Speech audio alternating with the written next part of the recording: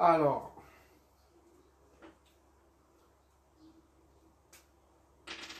on va parler de la base en électricité et en électronique. De quoi s'agit-il? Il s'agit des potentiels. Les potentiels. Voilà.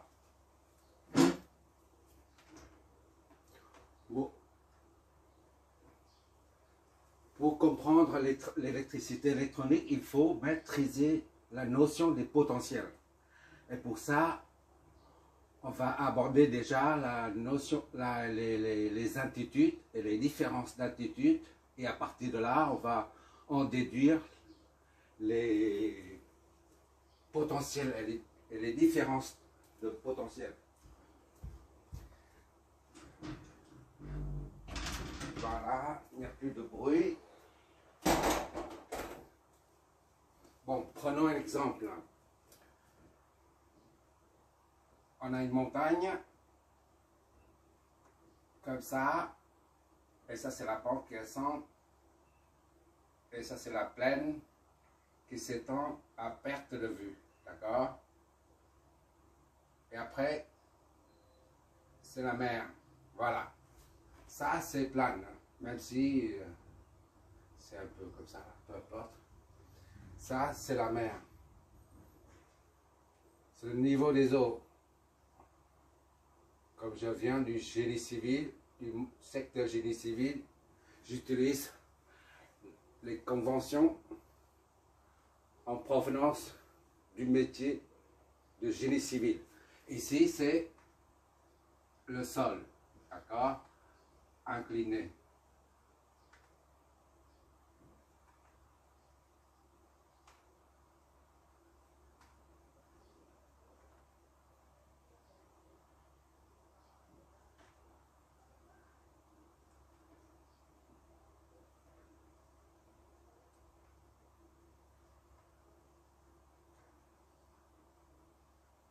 Voilà.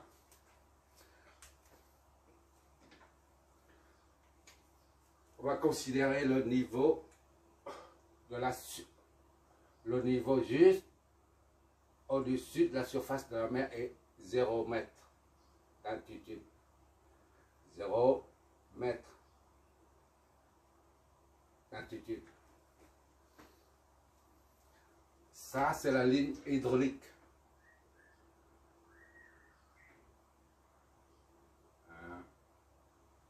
Tout ça, c'est l'eau. L'eau qui s'infiltre dans le sol.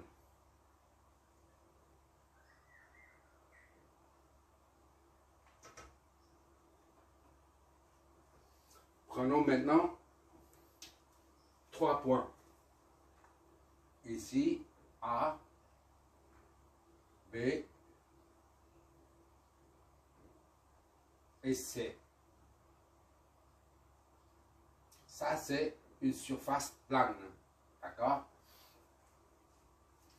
Supposons que le point C se situe à une altitude de 5 mètres. 5 mètres par rapport au niveau des eaux.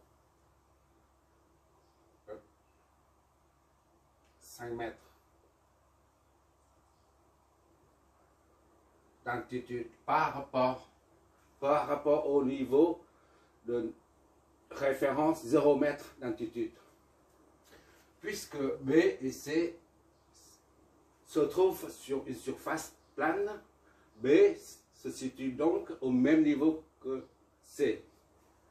D'où on a le niveau au point B, c'est 5 mètres. C'est la même chose. À présent, on suppose qu'ici, c'est le point A se situe à, disons, 50 mètres. Pour fixer les idées, 50 mètres.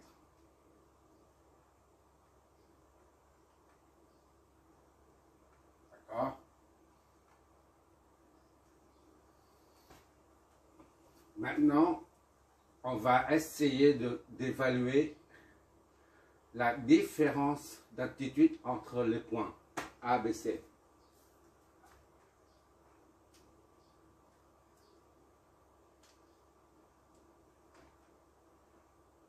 commence par BC. On évalue la différence d'altitude entre B et C. On va mettre une flèche comme ça là. On a dit, on a cité B avant C. Donc la flèche doit s'orienter vers B. C'est juste une convention, rien d'autre. La différence, on note la différence comme des altitudes entre B et C. D'accord?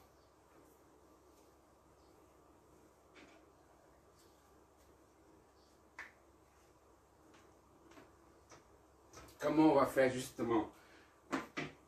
Eh bien, c'est très simple. La différence d'altitude entre B et C se traduit mathématiquement par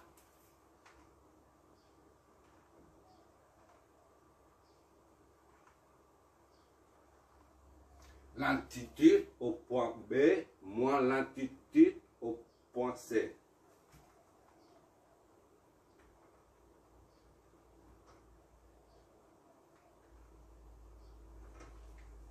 Or, le point B se situe à 5 mètres. Donc, 5 mètres moins le point C, c'est le même niveau, 5 mètres. Soit 0 mètre. D'accord? Supposons maintenant qu'on met les 3 boules. 3 ballons, disons 3 ballons. D'accord? Ici, c'est la même chose. 3 ballons sur la pente. Voilà. La différence d'altitude entre B et C est de 0 mètre. D'accord?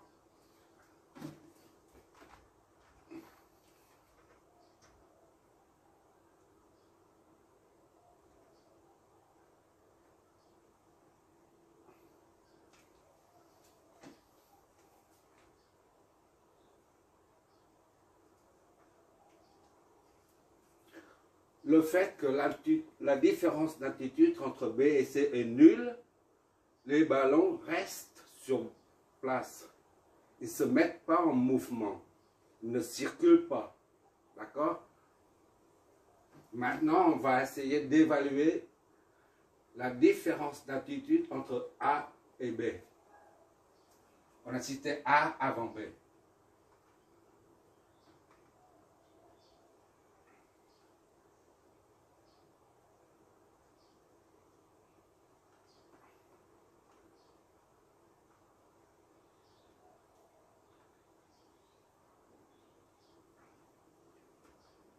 Voilà, la différence d'altitude entre A et B. On fait la même chose. On fait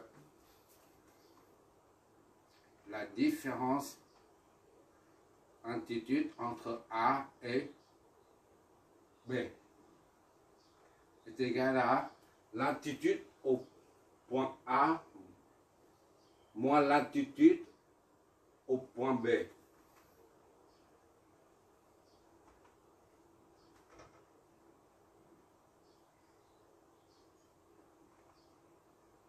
Soit 50 mètres moins 5 mètres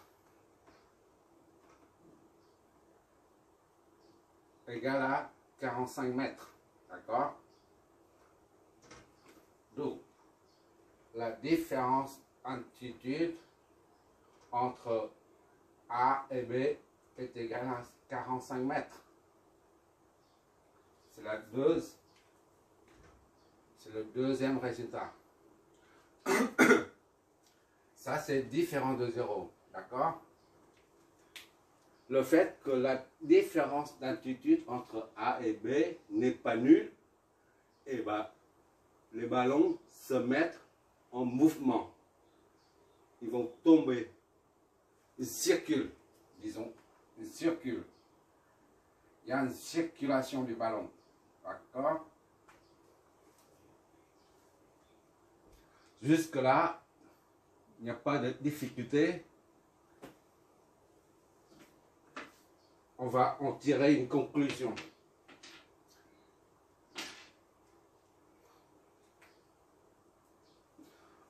Conclusion de tout ça.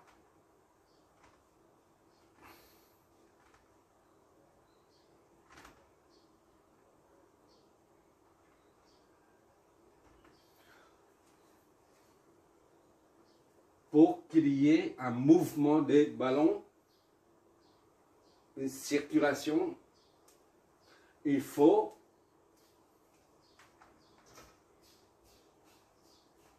pour qu'il y ait un mouvement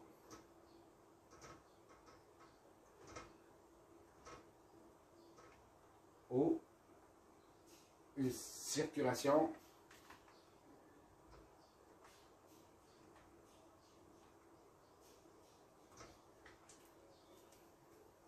on doit avoir une différence d'altitude entre deux points. D'accord?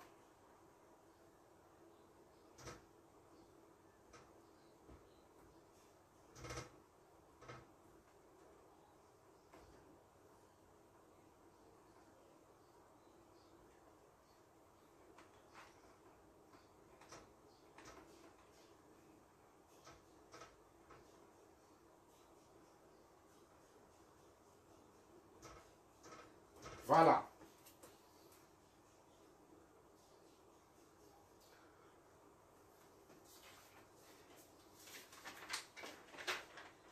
À présent, on va appliquer ce principe à un circuit. D'accord?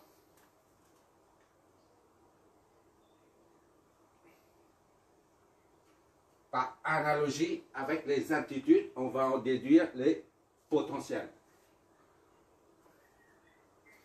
Prenons une pile. Une pile de calculatrice. Il suffit d'enlever la calculatrice pour voir la pile. Ici, je représente la pile.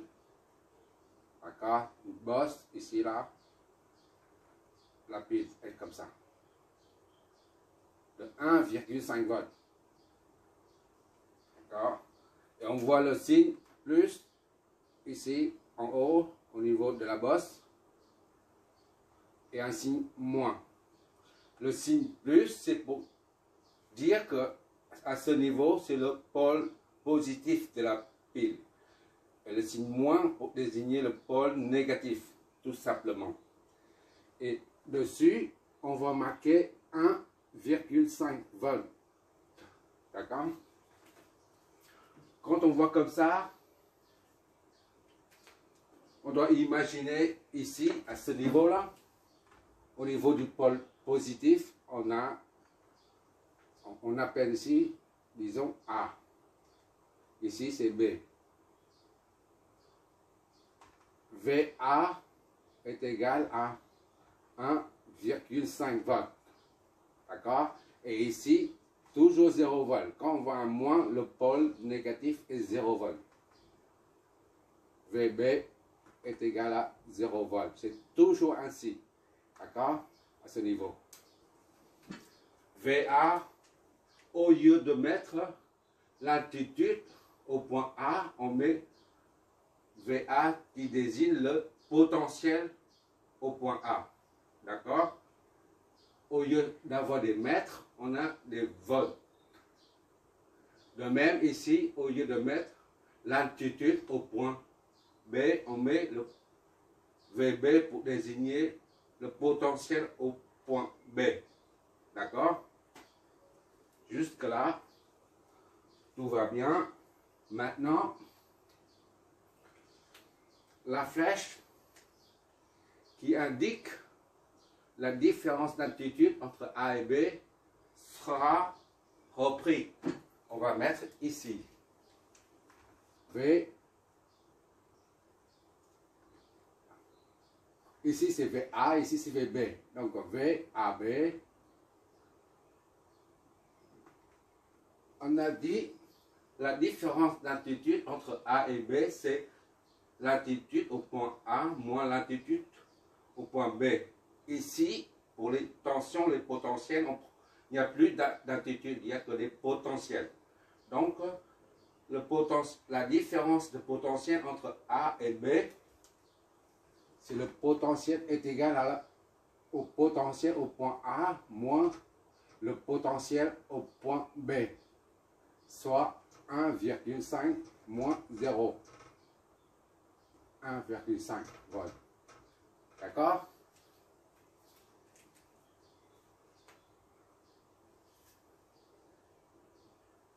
C'est pas compliqué tout ça. Maintenant, on va prendre un autre exemple. Prenons la batterie d'une voiture dont le voltage est de 12 volts. À 12 volts en charge et 13, 50 à 8 de mémoire. Deuxième exemple, la batterie de voiture, elle est comme ça.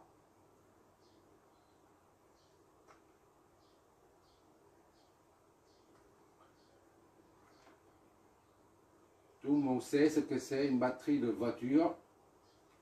Il suffit d'enlever le capot de la voiture pour repérer où ça se trouve. Là, c'est une bosse en plomb. C'est une bosse.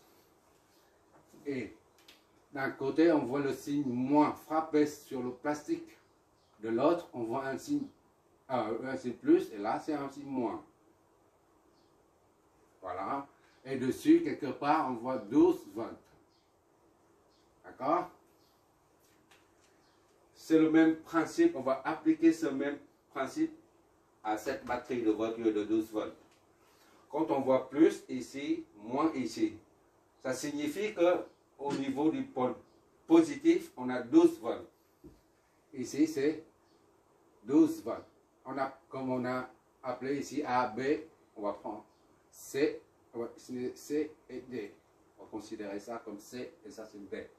Donc, V ici, VC est égal à 12 volts. D'accord? Et VD, comme il s'agit d'un signe moins, le pôle négatif, c'est toujours 0 volts. D'accord? Ici, c'est VD est égal à 0 volts. On reprend le même principe. Voilà. Maintenant, supposons qu'on a une ampoule. Je rétrécis ça, VAB est égal à 1,5.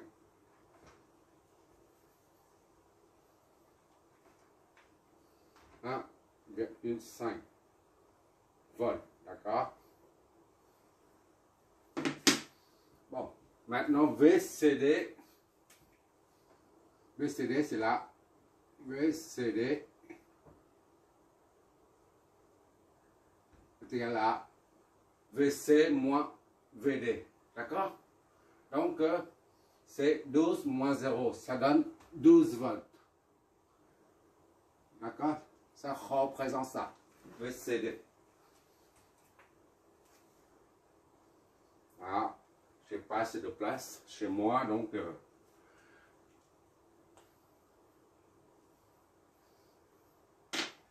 c'est la flèche de différence de potentiel entre le potentiel au point A et le potentiel au point B. Là, c'est la même chose. À présent, mettons une ampoule. Le point de connexion, ça c'est la douille, ça c'est l'ampoule. D'accord? On vient relier le pôle positif de la pile à un des deux fils. Ça c'est le fil conducteur, d'accord? Les deux fils conducteurs ou deux câbles, peu importe. On appelle ici A' et ici c'est B' par exemple. Et on relie le pôle négatif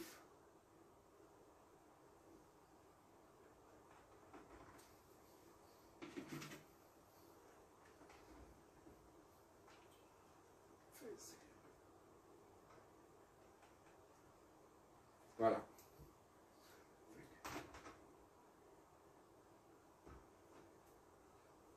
On relie à présent le pôle négatif de la pile au câble restant, au fil électrique restant.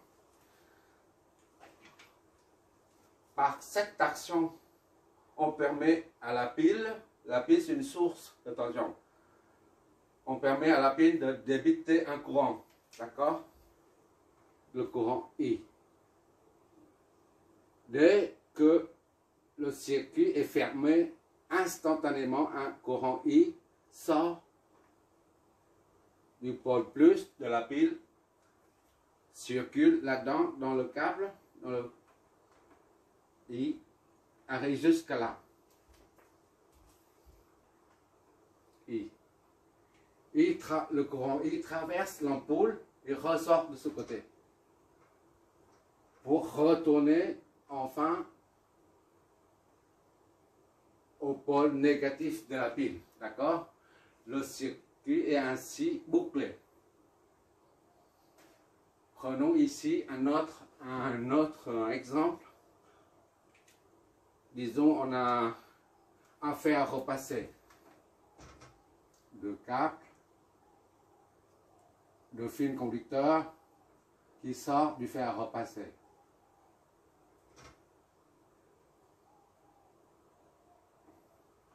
Ça, c'est le poignet, le manchon, peu importe. Maintenant, on fait la même chose. On relie le pôle plus de la batterie à l'une des bornes du fer à repasser. On relie aussi le pôle moins de la batterie à la borne restante, au câble restant. Ici c'est C', on va noter C', D'. Voilà. Dès qu'on ferme le circuit, instantanément la batterie va débiter un courant I qui sort du pôle positif de la batterie. D'accord? C'est ici, I. Et ce courant va jusque là, descend ici, I, entre dans le fer à repasser et ressort par là, I. Pour retourner enfin au pôle négatif de la batterie, comme en haut. D'accord? D'accord? Le fait que le courant I traverse l'ampoule, cette dernière s'allume et devient chaude. D'accord? Idem ici, le fait que le courant I en provenance de la batterie de 12 volts entre dans l'entrefer, l'entrefer devient chaud, ça chauffe. Voilà.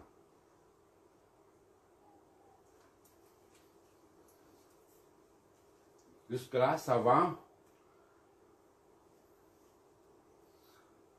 Et comme on a dit au début, que quand il y a une différence d'altitude entre deux points, les ballons circulent. D'accord? Et on peut dire inversement que quand les ballons circulent, c'est qu'il y a une différence d'altitude. D'accord? En ce qui concerne les tensions, la différence de potentiel,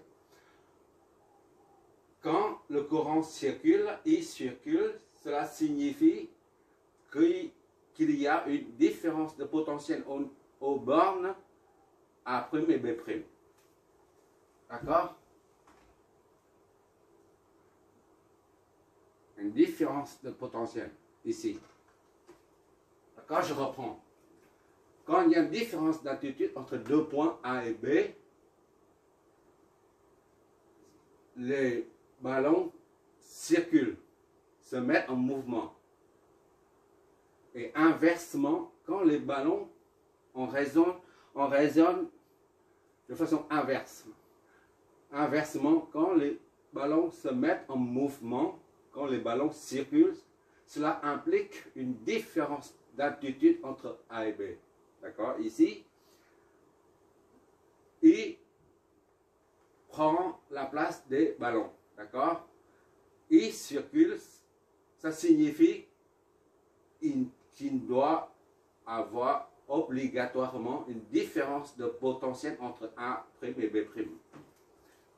Donc, la différence de potentiel entre A' et B'. Idem ici. Quand I circule, ça implique une différence de potentiel entre deux points C' et D'.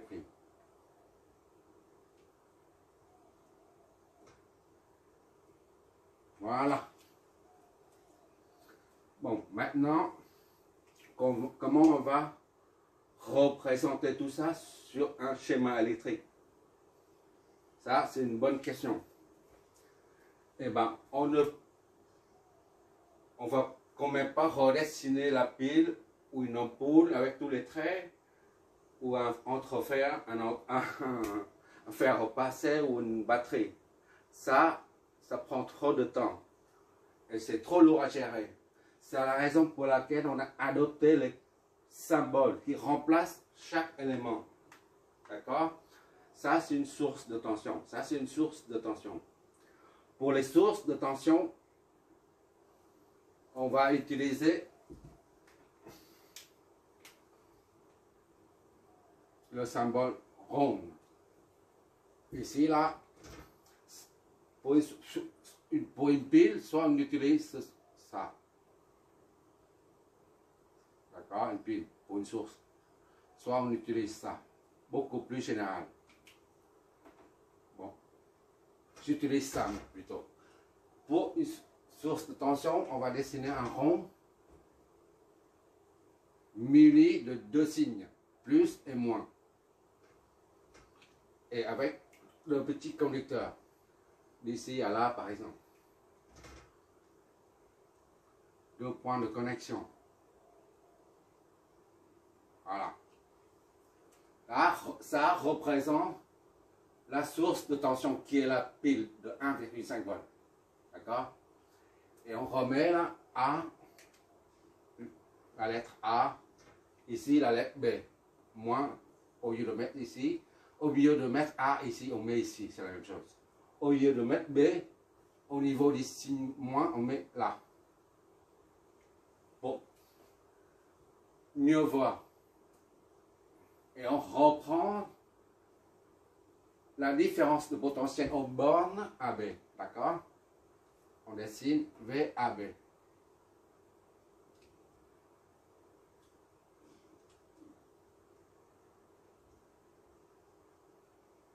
« 1,5. Voilà, c'est pas compliqué tout ça. VAB. De même, pour la batterie de voiture de 12 volts, on va dessiner un rond muni de deux signes plus et moins. Puis le cap, le bout de cap sortant avec deux points de connexion. Voilà. On va remettre le plus, c'est le C. Le moins, c'est le D, la lettre D.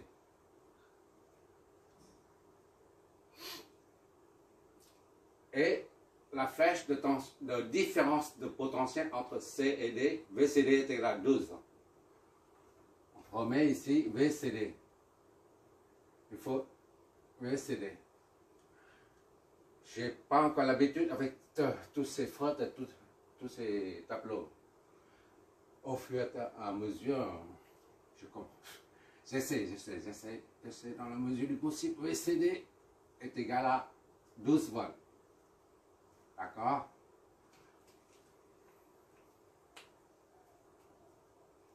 Maintenant, la source de tension fournit un courant. D'accord? C'est un générateur parce qu'elle génère un courant I.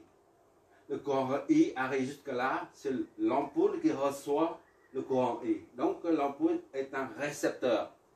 D'accord? De même ici. La batterie débite un courant I, fournit un courant I. Le courant I arrive jusque-là. Il sera reçu par le fer à repasser. Le fer à repasser est dans ce cas un récepteur. Et ça c'est un récepteur. Là c'est pareil. Et un récepteur sera représenté par un rectangle muni d'une lettre R. R comme récepteur. D'accord? Ou résistance, c'est la même chose.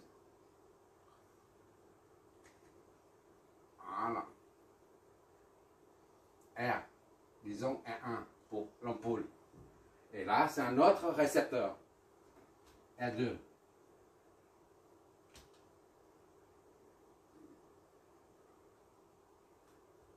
Pour le faire repasser. D'accord? Deux récepteurs. Qu'est-ce qu'il faut noter tout ça? Il faut reprendre A', B'. Ici, C', D'. D'accord? Je vais voir si on a encore le temps là. 31. Bon. On va continuer avec la vidéo après parce que la mémoire est limitée. J'arrête cette vidéo. On va reprendre. Ça c'est 1, 3, 1, 4, disons. La page 1, 4. On continue avec la page 2, 4.